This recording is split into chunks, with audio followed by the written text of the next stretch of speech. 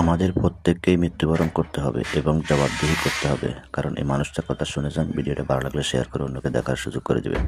আল্লাহ তাআলা যেহেতু আমাদেরকে বলেছেন কোরআনের মাধ্যমে তার দিন কায়েম বাস্তবায়ন করার জন্য, ইন্না দীনা ইনদাল্লাহিল ইসলাম, যেহেতু আল্লাহর কাছে প্রিয় ধর্ম ইসলাম বাস্তবায়ন করার জন্য তারা যদি ঐক্যবদ্ধ হয়, কারণ প্রত্যেককে মৃত্যুবরণ করতে হবে। আমরা চাচ্ছি কোরআনের আইন বাস্তবায়ন হোক। জামাত ইসলাম সরকার গঠন করে আগামী দিনে কেমন দেশ হবে বলে আশা করেন? কোরআনের আইন বাস্তবায়ন হলে সকলে তার নিজ নিজ অধিকার বাস্তবায়ন করতে পারবে। ডাক্তার শফিকুর রহমান আমির জামাত বলেছেন, যদি আপনারা জামাত ইসলামকে ক্ষমতা আনেন তাহলে একজন শ্রমিক 1 মিনিটের জন্য রাস্তায় আন্দোলন করতে হবে না। তাদের ন্যায্য অধিকার তারা সকলে পাবে। শ্রমিকের অধিকার শ্রমিকের সুন্দরভাবে বাস্তবায়ন করতে পারবে। প্রত্যেকের ন্যায্য অধিকার পাবে। এতে কোনো সমস্যা নাই। কোরআনের কাজে যা করবেন, আল্লাহ সুবহানাহু ওয়া তাআলা বলছেন, ওয়াতাসিমু বিহাবলিল্লাহি জামিয়া ওয়ালা তাফাররাকু, তোমরা সংঘবদ্ধ প্রচেষ্টা আল্লাহর রুজুকে ধারণ করো, পরস্পর বিচ্ছিন্ন হয়ে না। ইন্না দীনা ইনদাল্লাহিল ইসলাম, ইসলাম হলো আল্লাহর মনোনীত ধর্ম।